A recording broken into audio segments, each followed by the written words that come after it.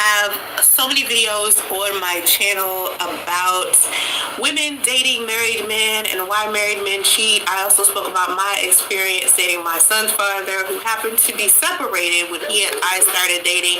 I also spoke about an experience I had, I think it was like 8 years ago, 10 years ago, where I decided I wanted to be this guy's side chick while he was still in a relationship with someone else. I had just broken up with someone, and I really was not trying to be in a relationship.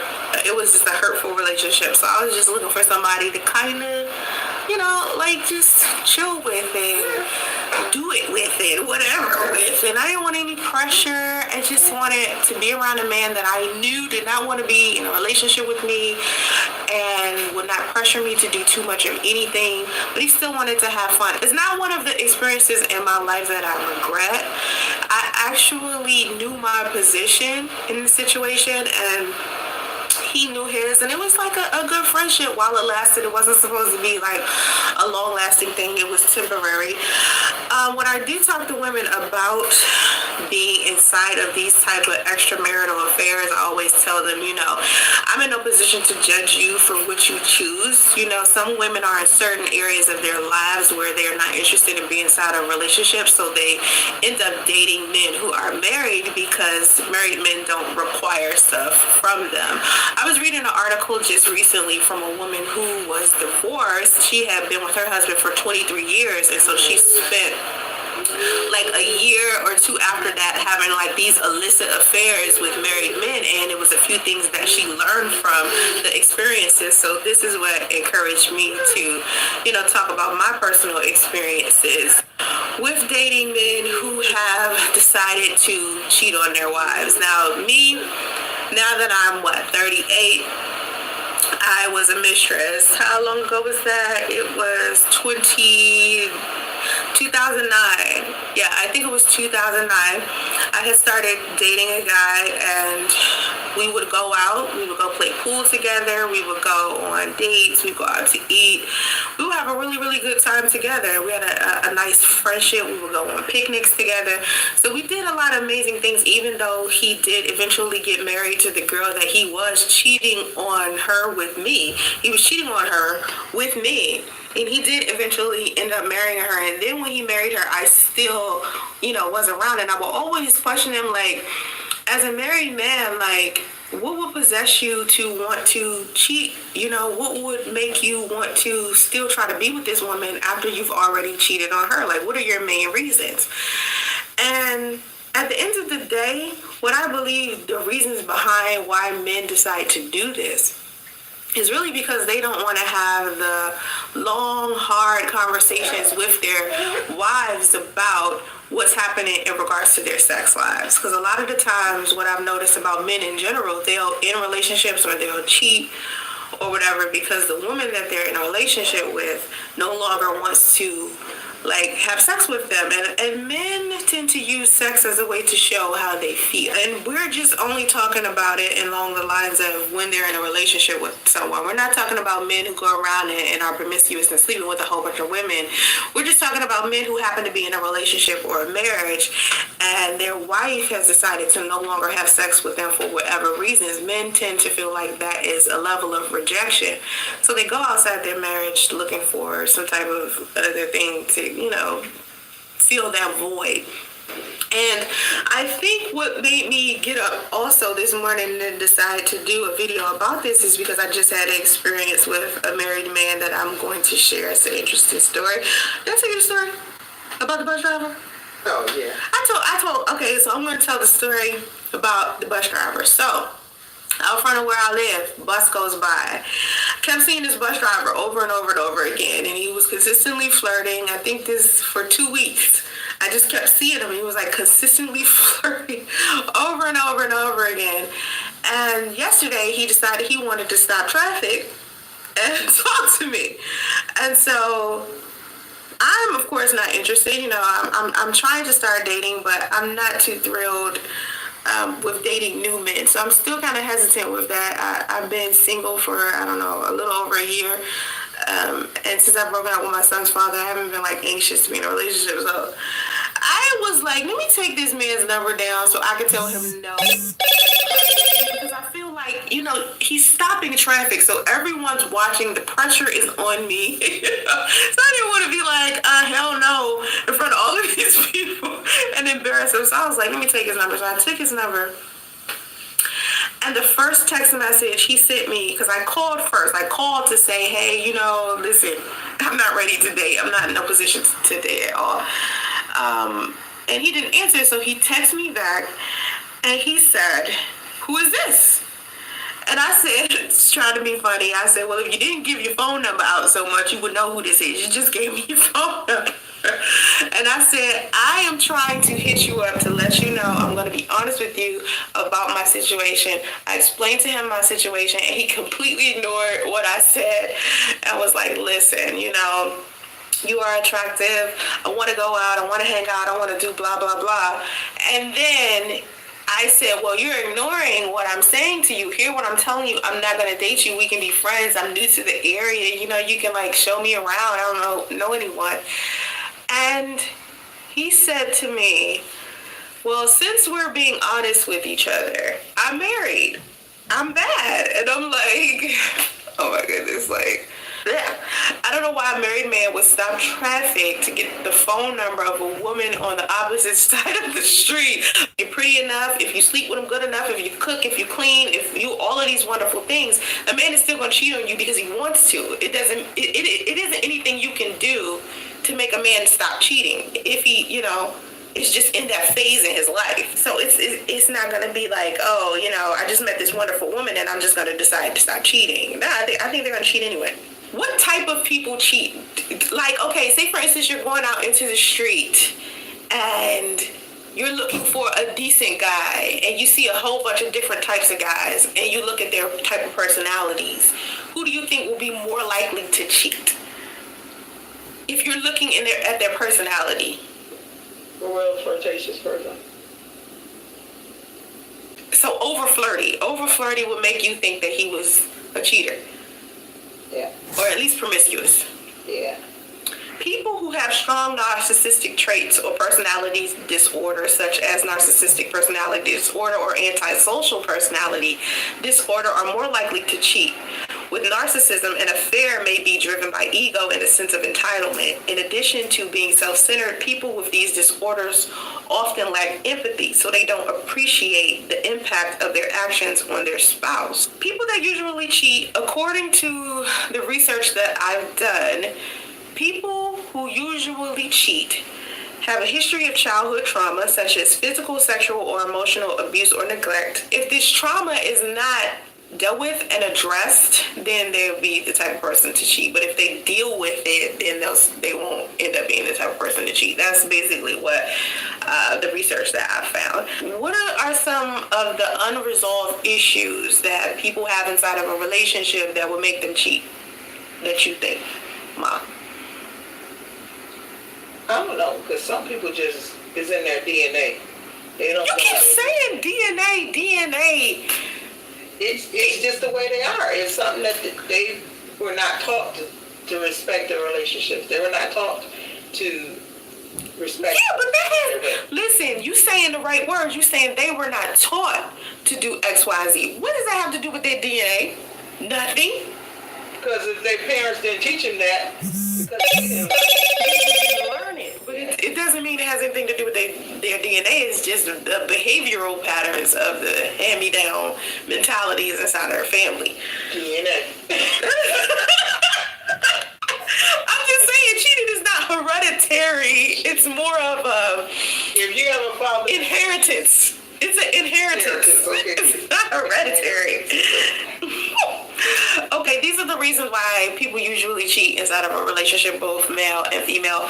Lack of communication, emotional and or physical disconnect, low compatibility, people who are married for the wrong reasons. Low compatibility can lead to a sense of buyer's remorse, okay? Domestic violence and emotional abuse. Never heard nobody call buyer remorse. What? Shoot. What you said? Let the buyer beware. We're talking about buyer remorse. Buyer's remorse. Yeah, well, I never heard it put like that. Oh, I think I've heard or maybe two people consider it buyer's remorse, like you buy something and you feel some type of way. Domestic violence and emotional abuse, financial pressures, and lack of respect. Dissatisfaction with the marriage, either emotionally or sexually, is common. Feeling unvalued or neglected, lack of commitment, boredom, body aging, meaning their partner is no longer attractive, revenge, the internet, online cheating, pornography, periods of absence. That's basically considered as like opportunity. They have the space and opportunity to cheat, so they end up cheating. Poor personal boundaries, or the limits that we place on other people as to what we find acceptable or unacceptable, can also increase the chance that an affair will occur. Here's what I found interesting. In some marriages, an affair is a cry for help, a way to force the couple to finally face the problems that both parties are aware of but aren't addressing. But sometimes when you're in a relationship, once that person cheats, it's hard to go back. Like, I don't understand how wives can catch their husband cheating, stay with him, and then turn around and still be madly in love with him. Because I look at him different, because he's not the same guy that he was before. The way that I viewed him, my perception of him is very different than before. You know what I mean? I don't see how that. I don't understand it. I don't understand how women can look at that man the same way, or even still trust him around her. In some cases, a partner often tries to get caught as a way of bringing the issue to the forefront. Other times, a partner may simply see infidelity as an exit strategy, a way to end an unhappy marriage. So if you're not getting sex in your marriage at all either, that's the reason why a lot of people cheat. I think a lot of people believe that physical intimacy amongst human beings is essential to health and well-being. Do you agree?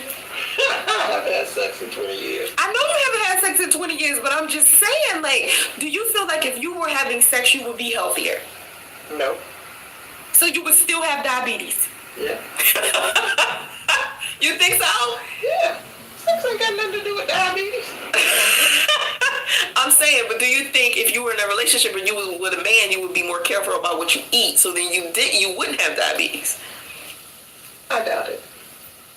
Because I think that a relationship, it's good to have somebody to talk to and spend time with when you want to.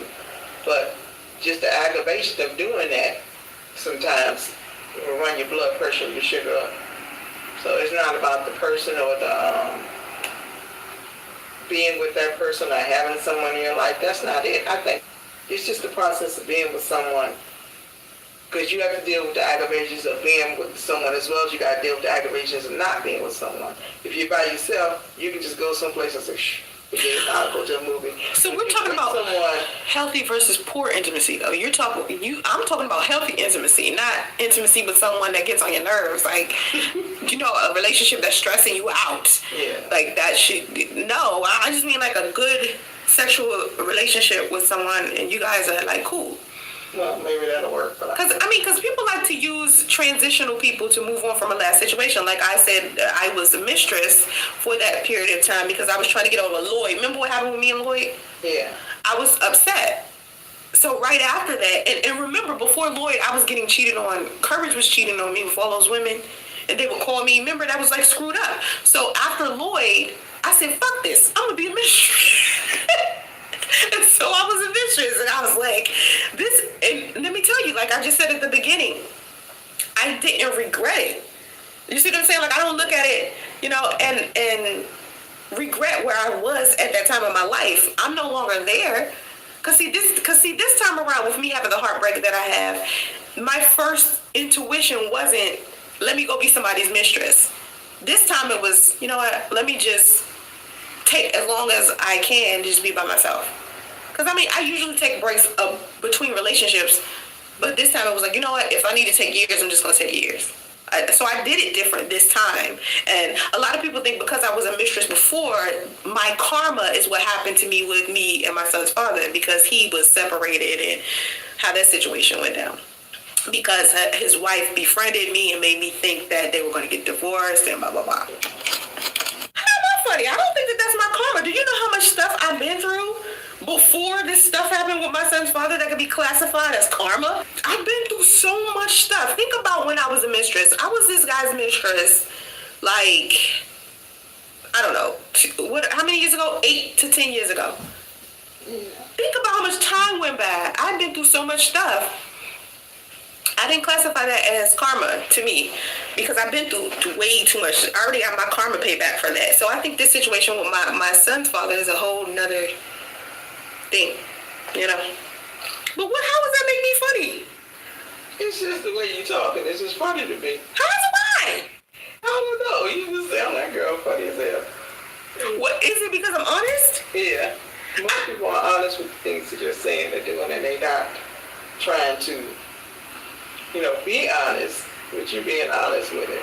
Well, I can't help somebody if I lie. See what I'm saying? I can't help anybody get through this process or make a better choice if I lie about my experience. I have to tell the truth. And that's what I was getting ready to say. Inside of these marriages, the reason why men end up cheating is because they don't want to have honest dialogue with their wives about the relationship that they have, the sexual relationship, because it's scary, Husbands don't want to have difficult discussions with their wives that will force them to have to talk about their issues and the root of the reason why they're cheating to begin with. A lot of men like to lie about their sexual affairs, thinking that, I'm going to lie because I don't want to hurt her feelings. I don't want to mess up the situation, so I'm going to keep what I'm doing separate from my marriage. I'm going to go out here and sleep with a whole bunch of women, and I'm going to keep that separate from my wife because, I don't want to hurt her. But he's hurting and corroding the situation by being deceptive and lying to begin with. That's corrosion. You're slowly killing the situation because then you got to worry about the trust factor in the situation. I think what a lot of men just really don't want to face is them hearing their wives and girlfriends literally say, I don't want to sleep with you because blah, blah, blah, blah, blah. See, I think men do that because they themselves don't want to be hurt. They don't want to confront the situation and hear the negative parts about themselves from their wives and their girlfriends. So they go into another situation and cheat instead of dealing with it. No?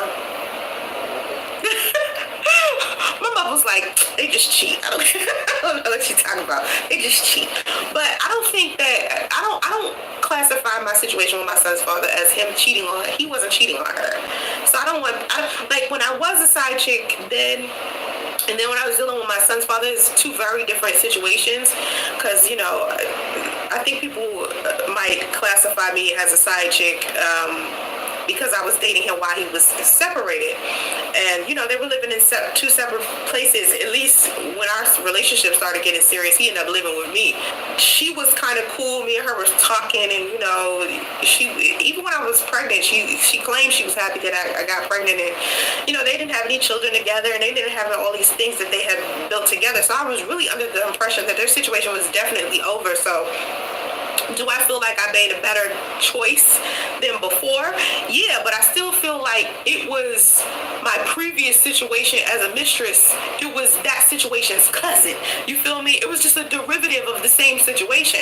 So when I'm talking to women now, it's like, okay, when you meet a man and they say that they're married or if they say they're divorced, to me, I feel like you should just leave those type of men alone altogether because they have like these type of things that they're dealing with that you might not be able to cope with later on, or that might make your life a little bit more complicated. Not to say that there aren't some women out there that can deal with that complication, because there's plenty of women out there that have married divorced men. It's women out there that don't have children that have married men who have 3 and 4 kids. I mean, look at Cardi B. Cardi B didn't have any kids before she met her husband, Offset. Offset had 3 kids before he married Cardi B, and she has his 4th child now. So you have situations like that. I think Adrienne Bailon, her husband had 3 kids before they got married. She didn't have any kids with him, so she still doesn't have any kids with him. So, I mean, I'm not saying there aren't women out there that will be able to deal with it, but I think that if you really just want to not take the risk, because I think it's more of a risk when you're dealing with someone who is married or separated or divorced. Like anyone who has made such a commitment like that to another human being, you might want to stay away from them because you want to find someone who will definitely make that commitment to you. I feel like a person who has been divorced, they broke a commitment by getting divorced. Something happened in a situation, they committed to the wrong person, whatever that mistake was, they still, have to deal with the consequences of that situation and change, their dating pool. You see what I'm saying? You don't have access to the same kind of woman or same kind of man when you've already been married, when you've already, when you're divorced.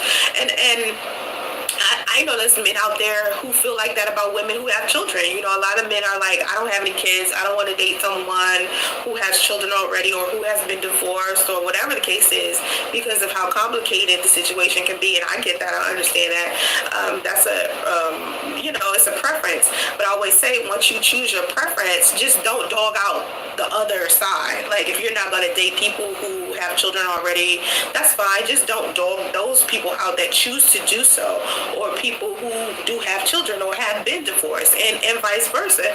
So I just like to play fair when I think about this or when I talk about this, because to me, I'm not perfect. Nobody else is perfect, and we've all learned our lessons in regards to relationships and marriage and love and sex. And I just feel like I had to learn on my own, because I kept coming to my mother like, Ma, what do I do about such and such? And you know what she would say to me? Do you know what she would say to me when I would come to you and ask you for relationship advice, Mom? I don't know. You know what she would say? What? I don't know. Why are you asking me? That was your answer. I don't know. Why are you asking me? Like, I don't know. But see, that's why I know so much about relationships now. So when my daughter asks me about relationships, the last thing I'm going to say is, I don't know. If I'm not going to get in a relationship so I can learn a lesson to be able to teach my kids, I'm going to go out there trying to figure out, the best information I can to be able to teach another human being. The mistakes I made doesn't mean that I'm less qualified to give a person advice or to steer someone in a positive direction. It means that I've been down the road that you're going down, or you could possibly go down. And so if I give you, my experiences, and I give you a few signs or a few detours, you can just make a better decision than me, or make a different decision than me. But it's up to you at the end of the day to decide whatever it is that you want to. Okay.